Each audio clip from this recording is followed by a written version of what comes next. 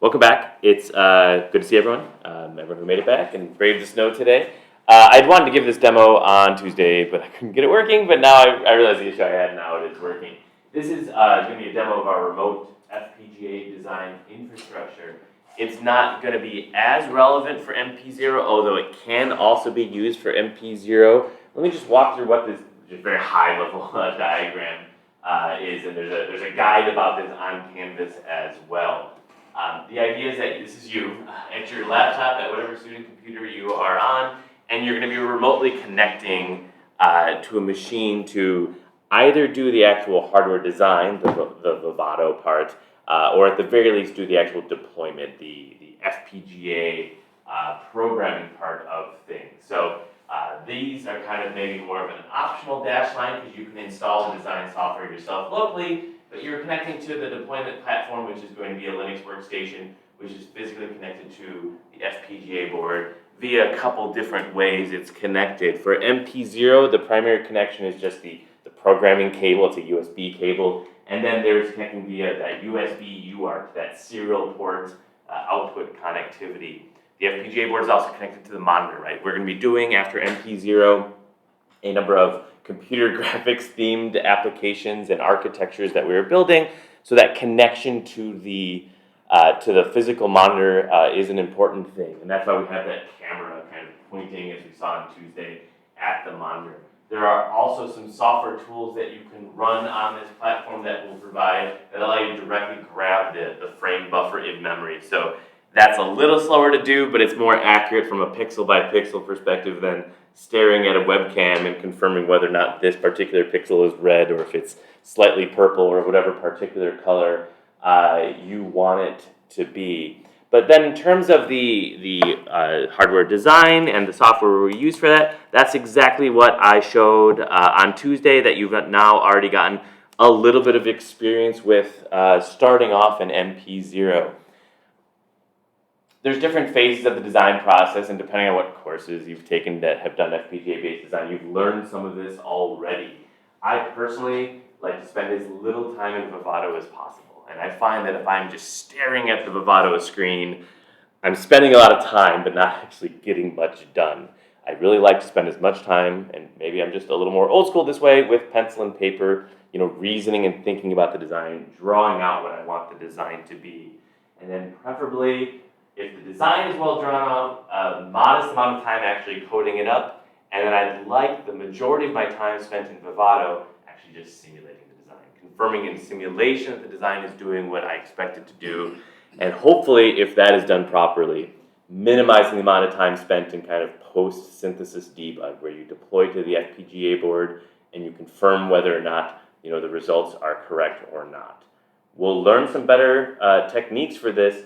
But the risk of that post-synthesis, that post-deployment, debug process is, if you're not careful, it's kind of a binary process. Okay, I hit run, I waited a little bit of time, I deployed it to the FPGA, and it's binary in that it worked or it didn't work. And when it works, you're done. Okay, that's great. You've succeeded, you've gotten accomplished what you wanted to get done. But when it doesn't work, if you didn't really think it through, either from pencil, paper on down, you're left with not a lot of actionable intel about what to do next, okay? Again, when it works, you're fine, or when it partially works, that gives you some feedback. But when it doesn't work, and in MP0, that would probably look like nothing comes out over the UART port. No end results are printed out. That's probably what it would look like in MP0. In MP1, it'll look like a blank screen. Nothing is getting drawn at all. That doesn't give you a lot to go on, and so as we spend hopefully a lot of time, pencil and paper design, simulation a lot of the time, we're going to want to develop some techniques to then think about what experiments we can run when we do this deployment. I'm going to hit download, I'm going to build the FPGA bit file, upload or deploy it to the board. I want to have a question I can answer via this deployment, and hopefully it's not a yes-no question. It's what data can I extract from what's going on the FPGA to give me some insight to go back up to the design and or simulation path to determine, for this particular input, something goes horribly wrong. How can I inspect my design to help close that design cycle and get to a successful result at the end of the day? That's kind of a secondary, learning outcome of this course. It's just something that by necessity you'll get much better at by designing what we have in this course. And again, this remote infrastructure that I'm going to just again show off briefly here is meant to help with that, because Vivado runs reasonably well on a reasonably nice laptop. Then you can do your development and simulation just whenever. Hit deploy, let it go, and then the actual deployment is happening on a second machine. That is this laptop that I have physically here in class is this machine right here. The machine I'm currently connecting to when I said program FPGA is Xilinx-6.ece. It's in, as I said, it's in Durham Hall. It's not even in this building. And that's the one that's physically connected to the FPGA that is the same as the ones in 2050 Cougar. Now, when you're in 2050 Cougar, you don't have to worry about any remote deployment. You have the boards physically there in front of you. You just hit program, auto connect and program, and it should work for you. But this is when you're not physically in 2050 Cougar. So we can, that actually the FPGA is actually programmed. I can check, there should be on the monitor for connected to that, should be a blank screen because we've programmed the FPGA. But unlike for MP0, now once we have the graphics processor, we have a processor on there, but we're not running any software on it yet. So it's not doing anything yet, but the FPGA is configured as appropriately. This next step is kind of the slightly wonkier step. We have a remote desktop session that we connect to for that same exact machine. I think as of right now, we did a little bit of a last-minute reshuffling. We have just 4 teams. So if your team name is 1, if you're the first team, you go to Xilinx 1. If you're 2, go to Xilinx 2, etc. If you need a second machine, which I don't think is necessary, but if you do need one, you can do mod 4. You can add 4 to it. So you can take machine 1 and machine 5. We have 8 of the machines in 310 Durham here. This is a remote desktop connection to it. So if you've had experience with remote desktop, this is actually remote desktop via VNC connection. So this is real like 1990s technology we're using for this. And there is a reason for that. To be able to run these applications that you'll be developing and be able to see the results, we have to have access to the actual GPU driver on the machine. It can't be virtualized away. We can't use a VM for this very easily. So in fact, when we build these applications, it is as if you're physically sitting at the machine in Durham and you're typing at that console. You're just connected remotely to that same session here. And we'll have time to go into more of the details, but one thing you can definitely look at, this is just one application from a team last year, is that there are just a number of libraries involved. This is true of any application you compile in C, C++, and whatnot. But specifically, it's a graphics application, so some of the libraries that get linked into that application have to do with things like opening up a window, like a graphical window for the actual application itself. Some utilities and extension libraries. Specific and unique to this course, and really unique anywhere in terms of what we have here, we also are going to be building our own driver as part of this. This is kind of unique for this experience. We're not starting from scratch. This is not a driver development class ultimately. But we have, let's go back to this connection here on the graph. We have this machine. This is a Linux workstation. We have this FPGA board, which is the same boards that you saw yesterday in 2050 Cougar. And our goal is to first create a graphics processor design, the architecture to put on that FPGA, and it's also to run graphics applications on it. As we learn more about what those systems tend to look like in practice, it is almost always sort of a CPU, which is running the operating system and where the application is starting from, and the GPU is effectively a co-processor for that main CPU-based system, and that's exactly what we have going on here. Most modern systems would use PCI Express or some other connectivity for that CPU to GPU connection. For our purposes, in terms of what I could get working and because it was deemed good enough, we have a gigabit Ethernet connection going on between those two systems there. That is how the CPU is telling the GPU what to do, sending data, collecting data back, as in a modern graphics application. It's just two physically disconnected or physically separate and connected machines for this purpose. So as part of that, we do need a driver. We're going to have a software application written in OpenGL, and we'll start very simple. We'll have examples like 1 pixel and 1 triangle and things like that. You have the opportunity to get more creative, but you really also don't need to if you're not really excited about being more creative with OpenGL programming. And then those OpenGL calls require some driver infrastructure to translate that into GPU commands. And we'll learn a lot about what that means. In practice, that's ultimately very close to source software in the real world and in practice. For ours, we have our own implementation of how those GPU calls would get translated from an OpenGL function in the API to some underlying binary stream getting copied over as a command instruction for the GPU. And that is what we call the driver. That's what gets copied over from the CPU to the GPU, and that's what's happening here. This nice feature of this kind of tracing library we use as the basis for that is it actually lets us do it both ways. When we have an OpenGL application, now after I talked it up enough, let's see if it actually works. This is from last year's team. We get to do both. We get to actually run the OpenGL code natively on the, you may have seen this in Cooper, natively on the machine, and then also send our custom driver commands over to the FPGA board that is hosting our custom bespoke GPU processor there.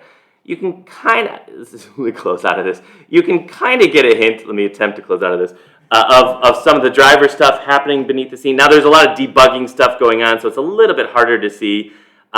This is student code, student debug output of a lot of stuff we haven't learned yet. I was just trying to focus on some of the aspects that are very like FPGA system specific. This is a readout of the memory map of the Vivado design that is running on that FPGA board. We don't have that kind of memory map for MP0, but it's extremely common with hardware software designs where you have a memory map. You would have learned a little bit about this in a CPRE 288 and quite a bit more about it if you had taken or are taking CPRE 488. You have this memory map, and by copying and reading and writing things from memory, you're not just updating some memory module somewhere, you're also potentially updating some physical device or some other controller in the rest of your system. And this is just showing that our driver isn't just implementing OpenGL calls and converting them, it's also controlling this, basically this embedded system, which is the FPGA-based design that is doing the GPU work. You can also, not that it matters too much, you can see some, it's scrolling very poorly here, you can see some assembly-like code here. We don't do any manual assembly in this course, but we have to be aware of sort of a GPU middleware assembly that's in common usage today. This is SPIR-V, which is it's become pretty much the standard for doing kind of GPU middleware interfacing. And if you were to look at these instructions, having taken a CPRE 381, they are different. They are a different set of instructions, but they're not that different. So the type of architecture you are going to be implementing for our GPU that is going to be programmable actually is not that different from a 381 style processor. So I think that'll be pretty late in the semester at this point, but that'll be kind of a fun part of the project you'll be working on. We have all this GPU logic here. We'll talk about rasterization and texture mapping and all that fun stuff, viewport transformations. And then we also have, I think it's okay to call it like a 381 style processor that also kind of gets thrown in there to be able to handle programmability of the GPU. So our driver is doing all this. All that printout is kind of student debug information. It's not necessary that the driver actually print out anything. These are the OpenGL calls that we're kind of converting to our own driver calls to get the cube rendered and to get the texture map for it. And then if we look now to our camera connected to the monitor, it also got put on the FPGA board and that design as well. It looked maybe a little bit slower. This was like one cube with one texture. I guess the text is also a texture. When you see your TA the next time, either on Monday or on Wednesday, tell him to fix his texture mapping bug. I don't know if you can see it in the font up top. It looks a little, can you see it? It looks almost like kind of overscanned a little bit where it's like not perfectly aligned. I think it's kind of cool that by, a third of the way through the semester, it'll be obvious to you why that's happening. Not obvious how to fix it. If it was obvious, he would have fixed it. But that text that says Zambrino Cube, I'm very honored, by the way, it's actually two triangles. And maybe now you can kind of see, now that I tell you it's two triangles, that is a rectangle. And we almost always render things as triangles as our base primitive element. That is two triangles. And sometimes when you try to map something that's rectangular to two triangles, you have troubles at the seams between those two triangles. Should this particular pixel of, I guess you can really see it on like the N or the O right next to it. Should it be part of triangle A or triangle B, or should it be some combination of both? It's very easy to get that very slightly wrong. It's probably also happening here, but because this is more like contiguous, sample data, you don't really see it. You can really see it in the text here. It's pretty slow. This is just, 2 rectangles and a cube here, because we are focusing more on, getting something that's debuggable, that you can actually test and work with and figure out what's going on versus worrying about high performance here. That took like a second and a half to render just that relatively simple frame there. If you don't want to connect to, this is just the VLC media player connecting to that network stream. We also have the lab bot that allows us to directly grab the results of what is connected to the camera. So you say lab bot, it's got a series of commands. One of the commands is grab me the results of the camera connected to the FPGA, and you can just grab it from there. Yeah. How can we see like all the commands for the lab bot? Lab bot is provided without warranty, but you can also you can say help. And those are the commands, at least, that I would like you to use. There's other commands that do other debugging stuff. Just I'll read it out briefly because you can't really see it. Camera. There's 2 cameras, but usually we just care about this one. Sometimes both Vivado gets stuck, the FPGA board gets in a really bad state, or the remote desktop connection gets in a bad state, and that's what those 3 commands are for. Just, okay, something seems stuck. I want to keep trying to use the bot, tell it to kind of reboot. Power cycle the FPGA effectively is what that's doing. It's got one of those kind of, I haven't tested that. It looks like it worked. Got one of those IoT connected. If it actually power cycled it, though, that monitor would be off. So I don't think that power cycling of the FPGA works. I have to double check that. That's using some third-party service. But restarting the hardware server is a very useful thing, and restarting that remote desktop service is a very helpful thing. And of course, it can give you nice words of encouragement, as one team already saw. Oh, no, that's not a good one. But generally, it'll be encouraging you when you ask it to give you a piece of encouragement when it's a little bit late in the lab and you need some help with something. So I wanted to show that on Tuesday, but that's our remote lab infrastructure. And what I said on Tuesday is still very much the case. You do not need to use it at all. You'll see those instructions. A couple of the MP assignments kind of imply you may be using that, but it's not required at all that you use it. If you're happy working in 2050 Cougar, if your team's just really functional in there, just stay in 2050 Cougar, and that's not a requirement. We just don't have any of these kind of nice camera and sort of automation features in Cougar 2050. If the desktop session in 2050 gets messed up, you have to email ETG. I can't help you with that. So that's the advantage of this remote infrastructure, and it's just available whenever, and it's kind of yours. So your team 3, machine number 3 is yours for this semester. And if something happens to it, we'll get Jeremy to fix it, and we'll be good to go. Any other questions about that? So that was Tuesday's demo, just a couple days late. Who wrote that bot? Bot? That was me. You did? Of course. Impressive. It's really hacky. As all code that I write. No, the code for this course in general is very mature and really thought out. But in general, when I need to get something done, I get it done quickly, and I don't have to sell it, right? So it doesn't have to be like commercially good quality. It has to work literally just for me. So really, the other thing I wanted us to do today was kind of walk through a little bit of the history of computer graphics. I am not a computing historian. My beard's getting a little bit more gray as I get older, but I'm not like one of those like long gray beards who likes to talk about the good old days of computing and all that. Knowing and being aware of the evolution, I think, helps put the rest of what we're doing this semester in better context. So we'll walk through this. If I can see people starting to nod off, we don't have to complete all of it today. There's also a design exercise I would like us to work on, but it's also okay if that gets pushed to Tuesday as well. So this is the very beginning of computer graphics and what was meant by that. And in the very beginning, we had things like ADD converters that would go from some computer directly to some vector-driven display, and then otherwise entirely software-based systems. It's not entirely agreed upon, but arguably the first computer-generated graphics was 1950, which was directly kind of hacking an oscilloscope.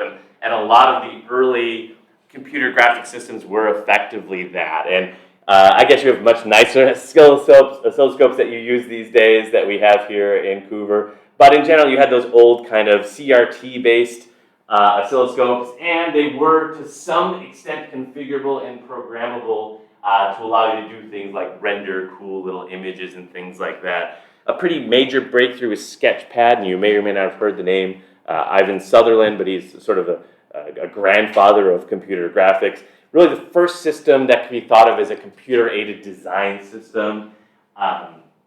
You could think of it as like an interactive drawing system as well, but his was more intended for computer-aided design type of applications. It was certainly the first system that had that human interaction as part of the graphics that was being displayed there. Also, in some sense, kind of a hot-wired oscilloscope in terms of the underlying technology, but did have things like allowed for a pen to actually have an input device, the kind of things we associate with a tablet these days, like with your iPad or whatnot. That's from 1963. So in terms of what was available back then, that's significantly cutting-edge milestone. I have a couple brief, and it may just be easier for some of these if I just provide the link and you can kind of watch them offline. But I have some kind of either examples and or demos of what the technology was that I was able to kind of dig up. This one's a little bit longer, so let me try to skip ahead to where Ivan Sutherland's trying to showcase. And I didn't think the audio was going to work. I can give it a try.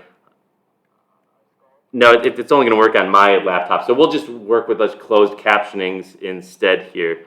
They were a little bit bigger a second ago, weren't they?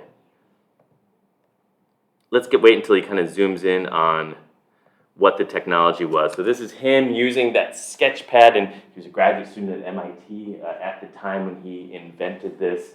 And I know it's easy to look at 1963 technology and say, well, this is nothing compared to my iPad, and of course that's true. And there's been 60 years since then of evolution and improvement of technology. But I think it's sufficient to say that even for its time, this was obviously very bleeding edge technology of its time, but still strongly influences how we interface with certain types of computers today. So this rendering of that line, and we don't do a lot of line rendering in this course, I would argue, because lines are really a special case of triangles. So in class we'll talk about line rendering a decent amount, but in the lab you'll just mostly stick with triangles instead. But this is a vector-based display, so it's a little bit of a different thing that he's doing here. But that little line being able to be dragged up and down and being able to move it smoothly like that is a decent amount of software going on there. And not just software to calculate the slope and things like that, to be able to draw it. I notice he doesn't try to draw it perfectly vertically, and I do wonder if that's because he probably realized that that's a special edge case there. But he's kind of showing that you can create these shapes, and together you can kind of move and manipulate the shapes here. And it's entirely the software that he's working underneath the scenes, but also the human interface to it is also, I think, pretty cool technology as well. And again, as I walk through these, I don't know, you can take notes, but you don't have to take notes, obviously, either. There's no quiz on this material, just kind of trying to set the context for this course. So this is still, introduction to CPRE 480, 580 material. It's just, hey, why are we here? What are we covering? And how does it relate to how we got to this point?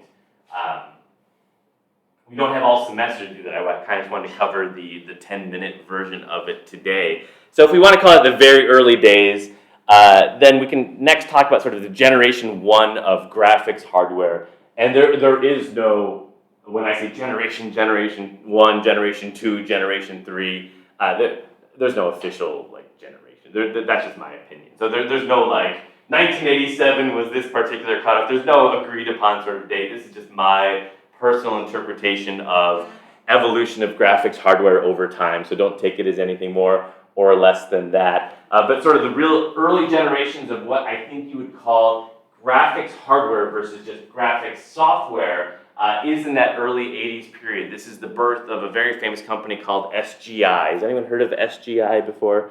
Silicon Graphics. It exists as like a patent farm these days. It's not a real company anymore.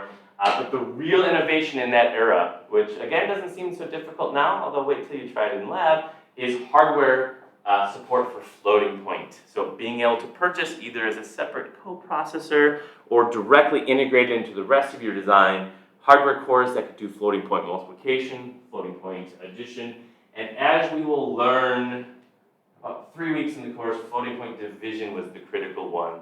Having enough VLSI capacity to be able to support that, being able to release a commercial design that would take that into account is really what allowed 3D graphics to start to become a thing in terms of purchasing hardware that would allow you to accelerate those applications. The type of models that were supported were much simpler. This is just showing a modern wireframe model, so this is just this isn't a screenshot from that era or anything like that, but this is an example of a wireframe model. We don't have as good of technology for filling in the models to assign color to the individual fragments there. It could be done, but it was relatively simple. But doing things like rendering wireframe models was very possible in that era. I mentioned Jim Clark, SGI, early 80s. VLSI engine, so the first real custom chip for doing computer graphics using floating point arithmetic. And then also from a software perspective is where the first real robust software systems for doing computer-based rendering came into account. You probably haven't heard of Reyes these days, sort of LucasArts, but you've probably heard of RenderMan. I mentioned it on Tuesday. This was the era that came about, where we started the development of these large software frameworks for doing usually non-interactive but computer graphics that is accelerated. So in terms of a milestone in that era, this is a clip from Young Sherlock Holmes. It's not a show I watched, but this is 1985. I don't know if it needs closed captioning. I won't turn on closed captioning. This is the first CGI character. CGI had been used before then, so CGI, computer graphics, computer-generated imagery. This is the first time in using the Reyes renderer.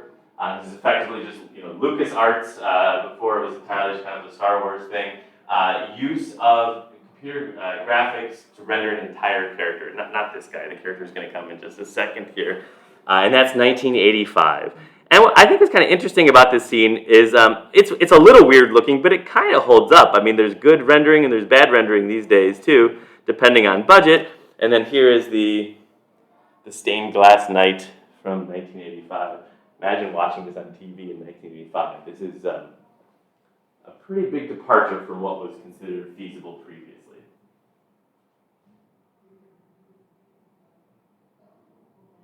Oh, I've seen That guy's sharp. I mean, it's meant to look weird. It's stained glass. It's meant to be this like caricature of what a stained glass come to life would look like. That's 1985 computer graphics. I think that looks much closer to like modern day graphics.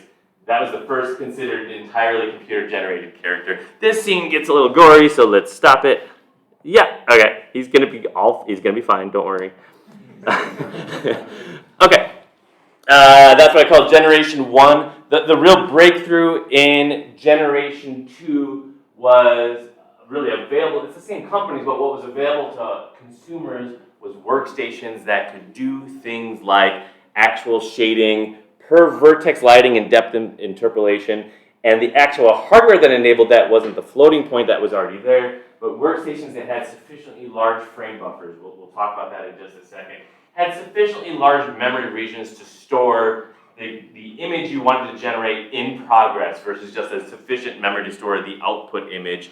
The other thing that was then available in consumer purchasable hardware, or at least industry strength hardware, was what's referred to as rasterization fill hardware. I've used the term briefly already, rasterization or raster. We need to kind of define that. So this is a technical term that I think is important for this course. So we can come back to me here and let's make sure we understand this point, although we will talk about it later.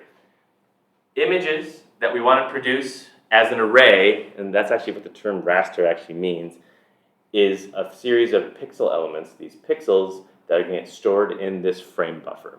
And that's the technology. This large and sufficiently fast memory is what allowed hardware to advance beyond just going from lines and wireframe images to actually filled triangles and actually things that appeared to have some sort of shape.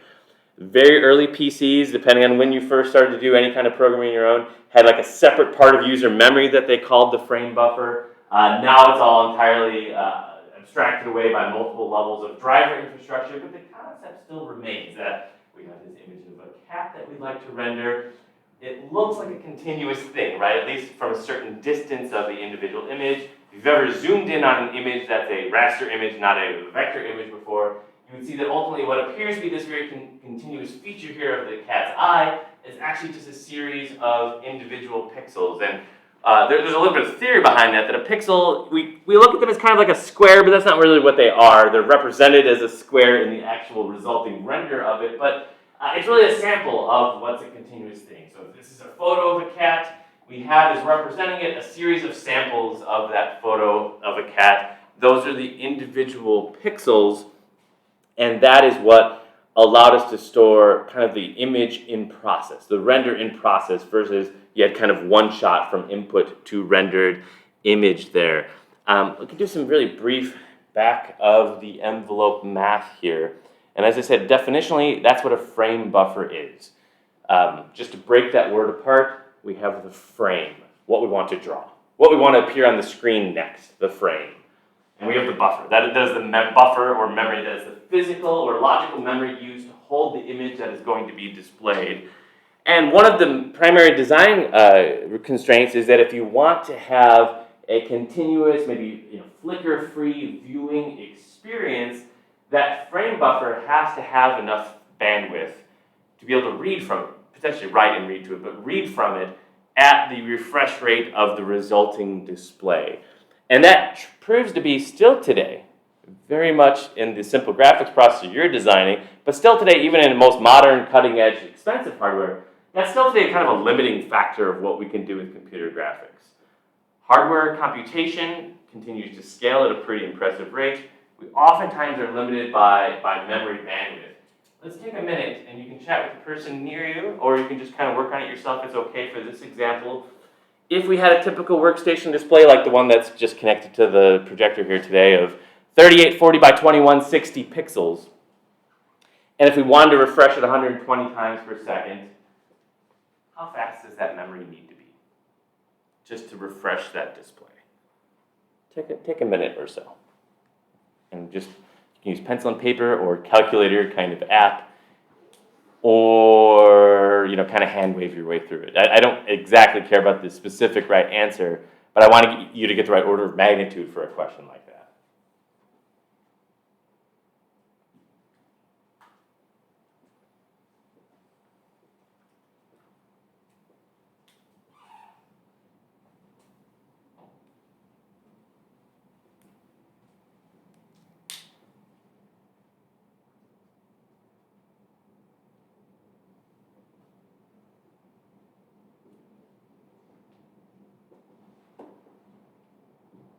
As you work on this, is the kind of the first, more of an academic than a commercial, but a physical frame buffer system for a 640 by 486 pixel of 8 bits per pixel.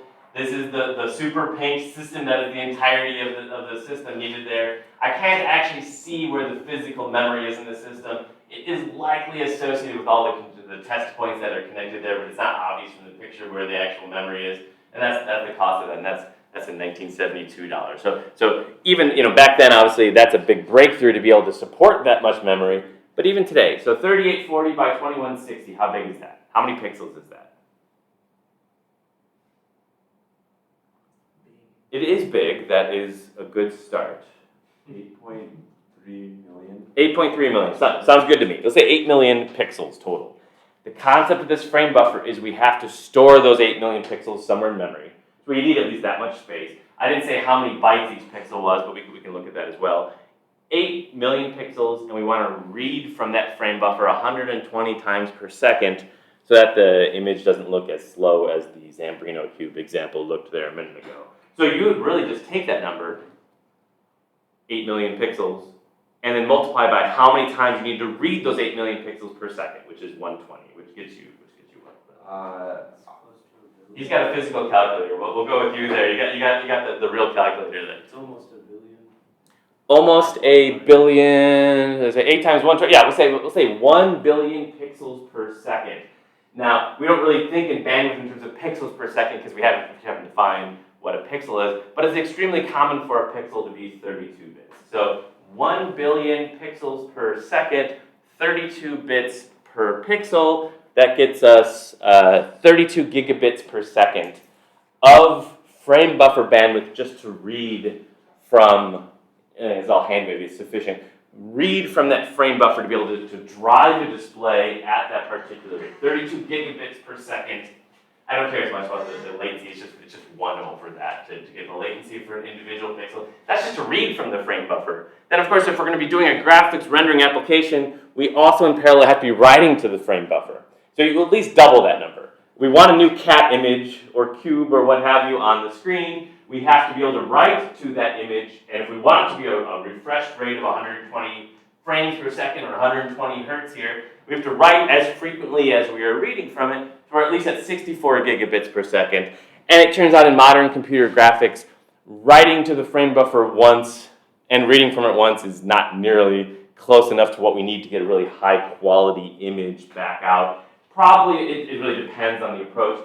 You can usually assume a multiple of 4 to 8 to 16 of how many times we're reading and writing to that entire frame buffer for each particular frame we want to render back out. So from 32 to 64 to roughly 256 to 512 gigabits per second if we just take that pure frame buffer based approach.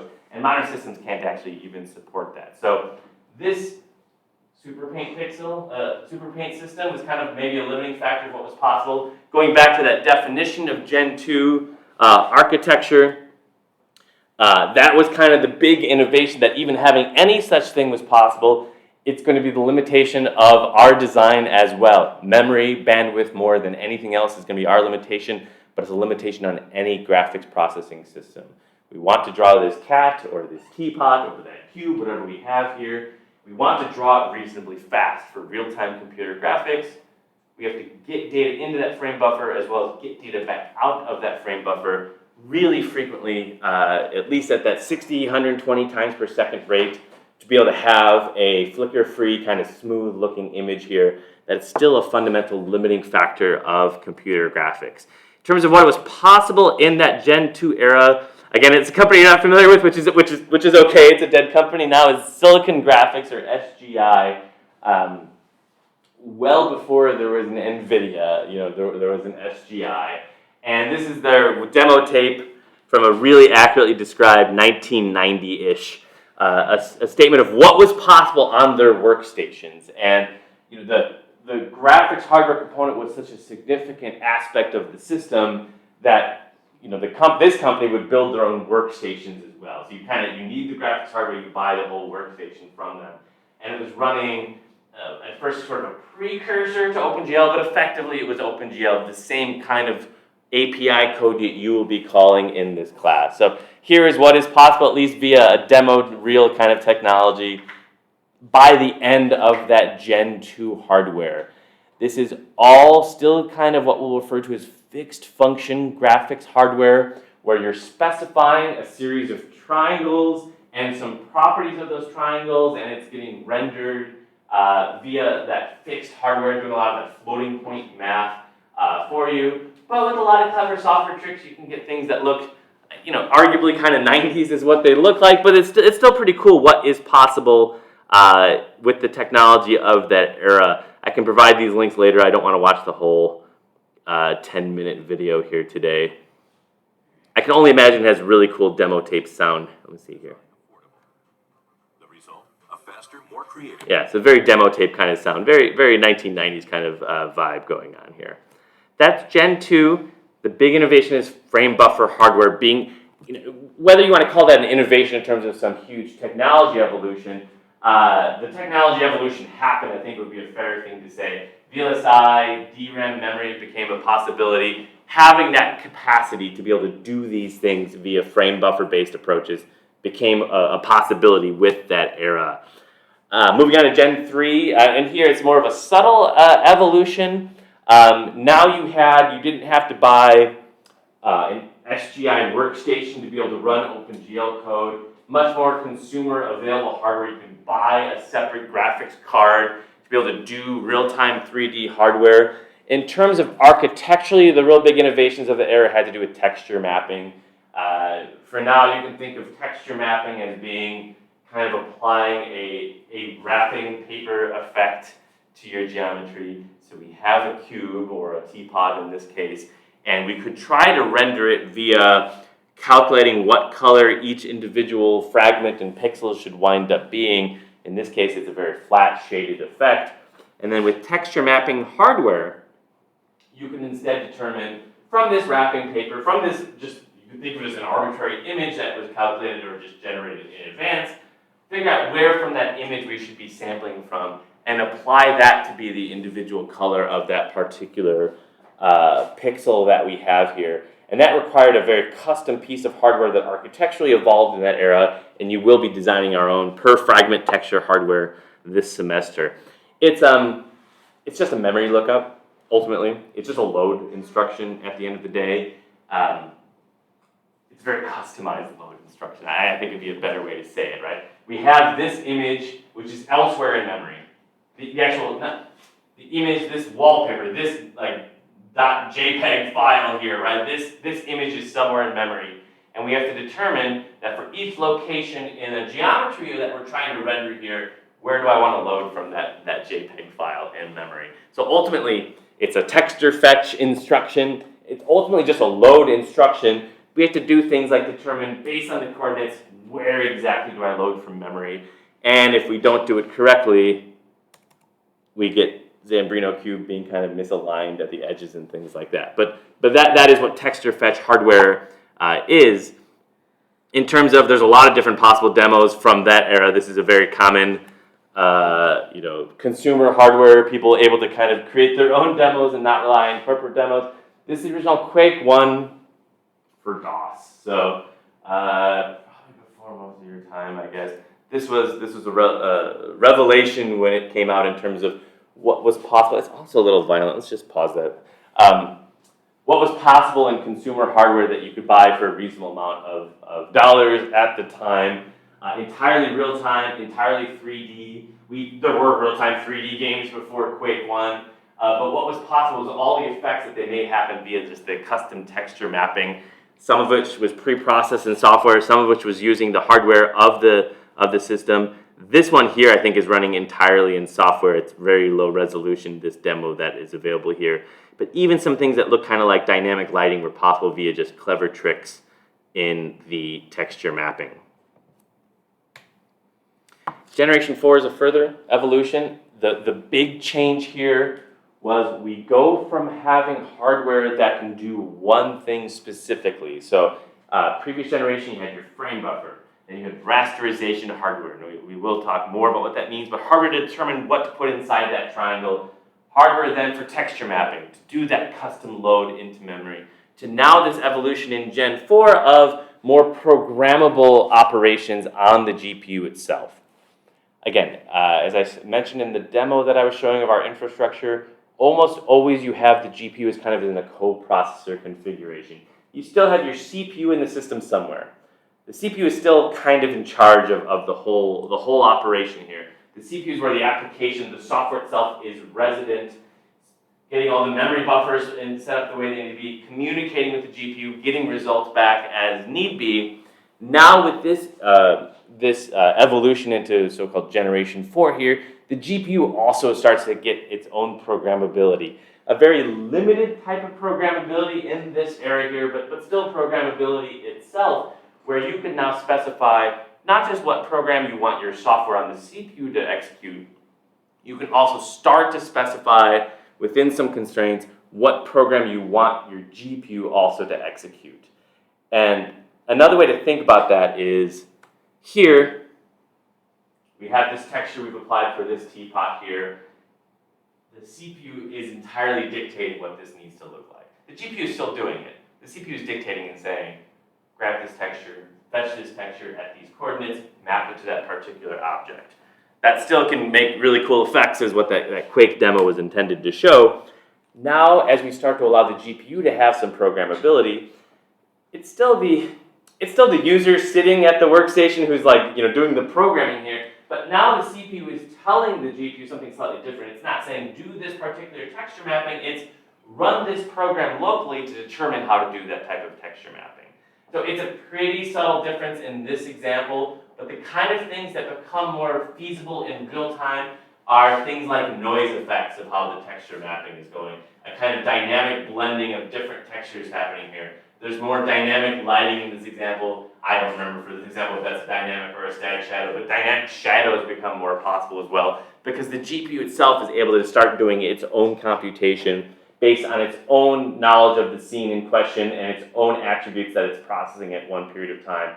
In this era, the programmability was really limited to very specific graphical things with evolutions from kind of year to year.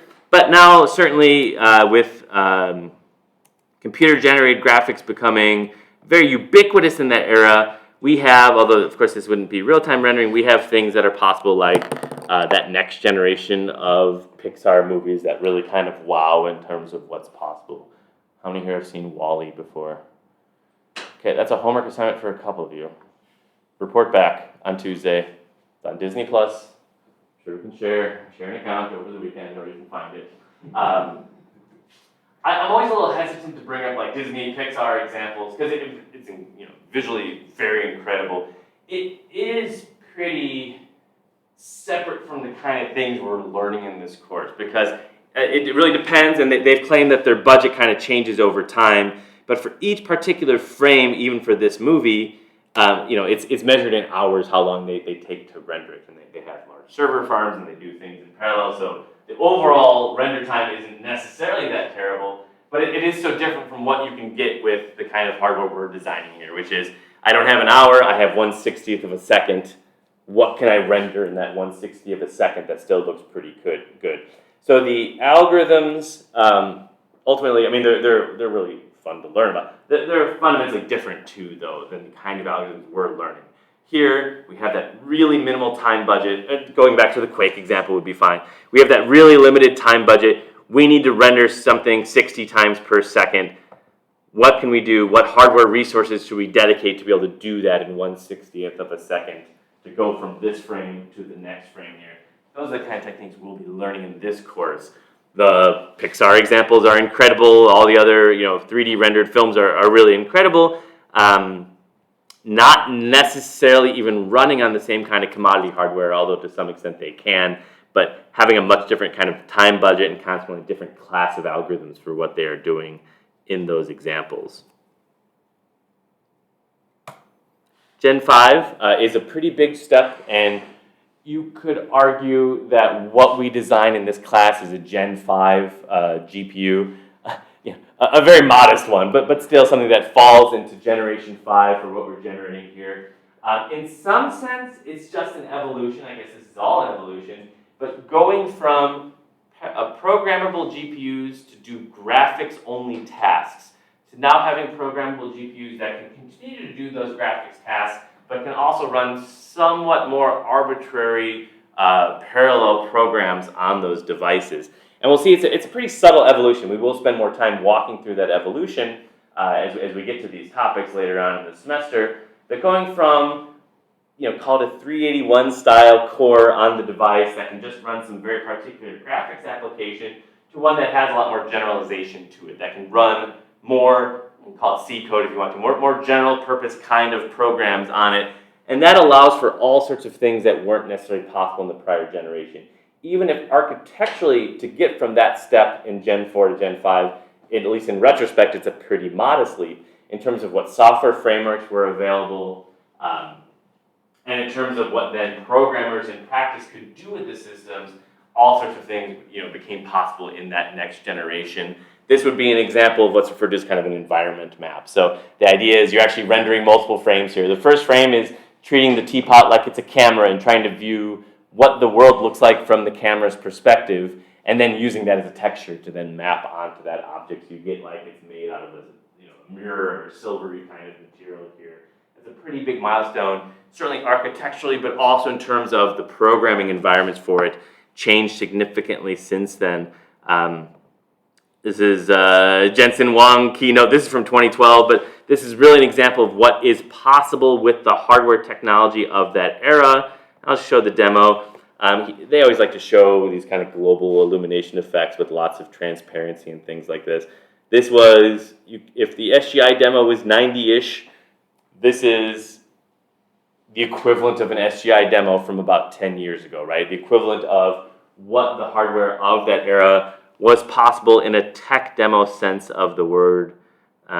His keynotes can be a little painful. He's talking about shadows and he's talking about global illumination. And I mean, it's a little subtle, but showing like that there's transparency there. You can see through the object, yet it's warping kind of view. And then showing that there's kind of actually a lot of complexity in those particular objects. They're not just a single cylindrical object. They're actually potentially composed of many, many sub-objects. And you can at least to some extent see the light that's kind of refracting through the system and leading those kind of pseudo-global illumination type of effects there. That is possible in the hardware of that 2012 era. The software to be able to run this is almost entirely resident on the GPU itself, and that reflects the big change there. Given enough time, a Pixar-style demo could always have done something like this running offline in some CPU server farm. Now, in real time, in that supposedly, you never know with these tech demos, supposedly in that 1/60th of a second, you're able to do that kind of rendering because the software is running directly on the GPU. That kind of gets us to where we are today, where it's really just further evolution. Anyone who follows computer graphics and the major players in industry and computer graphics know that a big part of their market share has to do with the ability to accelerate machine learning algorithms more so even potentially than computer graphics.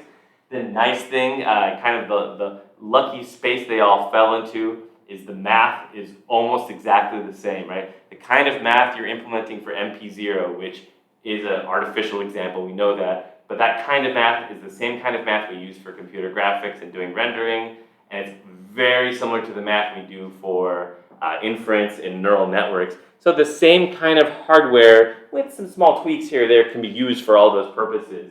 But that's kind of been the evolution, So continued evolution of what can be done via programmable software, just continued scaling of the devices. So even the same exact architecture with very few tweaks, if we just kind of follow the VLSI technology curve, this leads to more and more cores, more parallelism, more capabilities of what can be done. And then the other thing we see is some more custom hardware support for other things other than real-time rasterization-based graphics. So extensions for, if you heard the term tensor cores, extensions for real-time machine learning, extensions for real-time ray tracing as well, and this continued evolution of new graphics APIs as well. We're sticking with OpenGL in this course and not looking at Vulkan, although we could have done a Vulkan-based version of this class. I just find OpenGL is enough. It's got its own. I think it's hard enough to to learn if you haven't done it before. It's sufficient. Vulkan kind of gives you an extra level of control and is that much harder, I think, to learn. So really, the evolution, I believe, is quite modest. To listen to NVIDIA's CEO say otherwise, he would imply it's this huge evolution. 2023 GPU is really quite similar to a 2012 GPU. It's bigger. It's got a lot more. It's got a lot more of the same thing. As I mentioned, we are implementing that prior generation GPU, and we are implementing one such little core in our GPU given space and design time constraints of this course. And of course, the software frameworks are allowing for so much more incredible things to happen as well. It's really just more of the same in this current evolution here in terms of what is possible. So we will be in pretty firm ground looking at a 2012 GPU, looking at the spec sheets and the architecture and understanding what's happening there, with a recognition that if you want to now look at the 2023 version, you take that up and scale it up by roughly a factor of 4. And it's effectively the same design that we have here. This is 2 years ago, I believe. Now, this is a pretty cool tech demo. They like to show things that are partially transparent and show all the lighting effects and how all the rays are getting bounced back and forth and reflecting around here. We will talk about ray tracing, by the end of the semester. I'd love to get to it earlier. I just think there's some fundamentals we have to get to first. We don't implement it at all in the lab. It's really outside of some offline deferred rendering. It's not something feasible with our lab infrastructure, but it's really cool algorithms as well. And I think, as I mentioned on Tuesday, things you may want to do beyond this course, that could be your next direction. So we learn very conventional rasterization in this course. We build a simple GPU architecture. If we want to look at next generation things, we would look at this RTX class of hardware. Still the same math, still matrix vector multiplication, but there's more of it and it's tuned toward this particular application domain. Also, I guess, I mentioned a couple of video games along the way, but that was all really evolution of, you can call it workstation hardware, consumer grade hardware, it's, PC hardware, it's fine, you can use the term for that. The evolution of video game and graphics for the bespoke custom devices really followed a similar flow over time. Typically, for those original consoles, and we're talking 1980s here now, conventional, usually like embedded CPU with some sort of dedicated graphics coprocessor. In the early days, sometimes it was just a digital signal processor that was applied to do faster math. Nintendo's famous for having the pixel processing unit, which is something quite a bit different because it was not a frame buffer based design. And then as they've evolved, they've really started to use variants of just conventional PC hardware. So while we could cover a class on video game design and console hardware, starting in the late 90s, where the companies who experimented more architecturally actually had less success, we've seen an evolution to relatively safe designs from a graphics console. This Xbox Series X has some cool things going on. There's a few architecture papers written about some of the things they're doing with memory technology and the like, but otherwise it's just a workstation and a custom form factor with good cooling properties and things like that. And because it has a kind of a fixed hardware target, developers know they don't have, for the Xbox game, they don't have to target 50 devices, different devices. They can target 2 or 3 different devices. You can get more opportunity for the kind of more further optimization. But from a hardware perspective, there was certainly a time where the PPU and Nintendo was kind of a fun thing to study. That would have to be a separate class, unfortunately. We'll talk a little bit about sprite-based hardware eventually and what that means and how one could implement that with a frame buffer-based system. To systems that were really embedded CPU plus kind of state-of-the-art GPU of its era, to now relatively state-of-the-art CPU and GPU-based systems. And not that they're not interesting, they're not sufficiently different from our consumer or our workstation hardware that I feel like for modern hardware we really have to discuss them as a separate thing. Finally, last thing, let's just make sure we kind of complete things, and we'll do our design exercise on Tuesday. So I talked a lot about graphics hardware, walked us through 60 years really briefly here. So what does graphics hardware look like? That's what we want to learn in this course, right? And the answer is, there you go. That's what it looks like. That's meant to be a joke. Okay, fine. No, we go we dig deeper, and there you go. There it is. Fine, we go even deeper, and there it is. That's a GPU 104. So that is a fake kind of rendered die photo of what a modern GPU looks like. Not very helpful yet. It still tells what graphics hardware looks like. We can still define graphics hardware, even though this concept is from the late 1980s, early 1990s. We can still define graphics hardware as a set of pipeline stages corresponding to the main rendering tasks. These tasks and their relative importance has changed over time, but the tasks are all still there. We'd be a little careful with the word pipeline. When you think pipeline, what do you think? What comes to mind? MIPS processor, 5-stage pipeline processor, or other courses, just pipeline hardware design in general. And the term is still the same. This is probably best thought of as like a logical pipeline here, where we start, and this part's kind of important, but we'll certainly talk about this quite a bit, so it doesn't have to make perfect sense today. We start with our input, and that's the so-called geometry stage of our pipeline.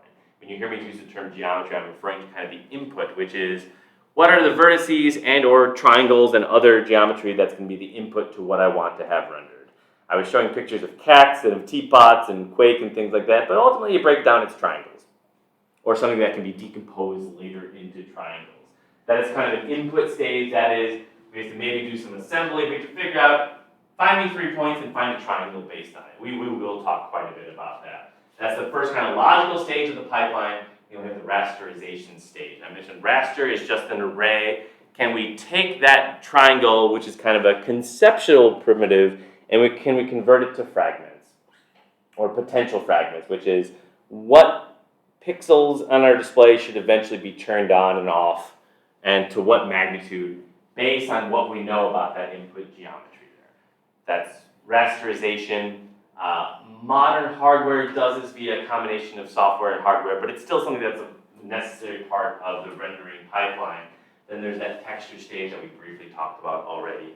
We have that triangle. We've determined which fragments should be on or off, or what other attributes they should have based on what that triangle's geometry is. Now we have some wallpaper we want to apply to it. That's that texture fetch. That's taking something from memory and kind of gluing it on the right locations.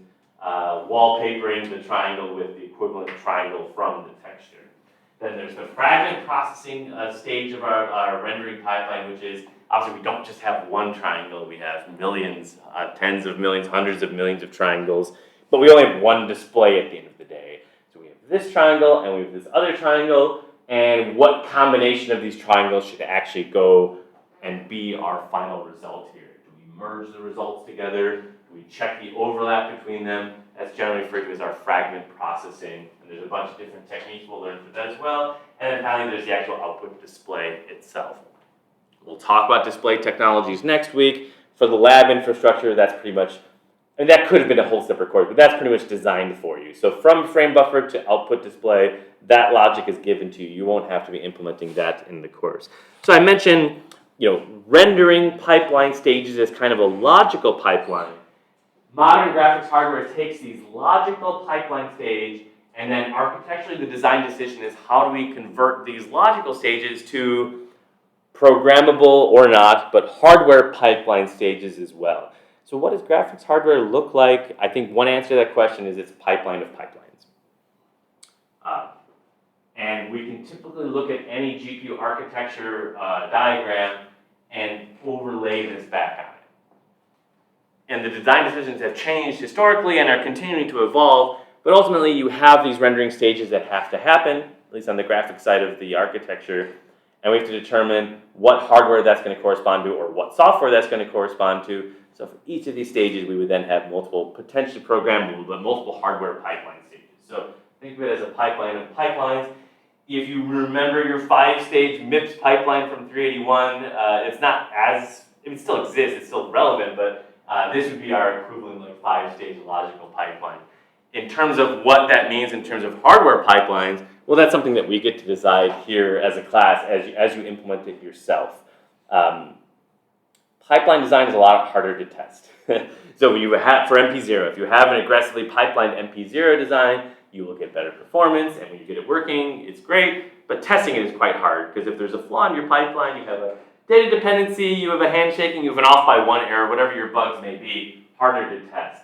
So while these are pipelines of pipelines, we may wind up deciding, although you get some flexibility, that we're going to implement this as non-pipeline, just as a state machine, because we can actually debug that state machine. We get the triangle working, and then we worry about getting it working really efficiently. That philosophy starts with MP0, even though it's a one-off assignment. Get something very generic and boring working, and then we worry about the acceleration and making it better and faster. The end result is going to be, as we saw, a slow GPU, but that's better than a GPU that has just a blank screen kind of connected to it at all times. Let's leave things here for today. Let me know if there's any questions, otherwise I'll see people next week most likely. Thanks.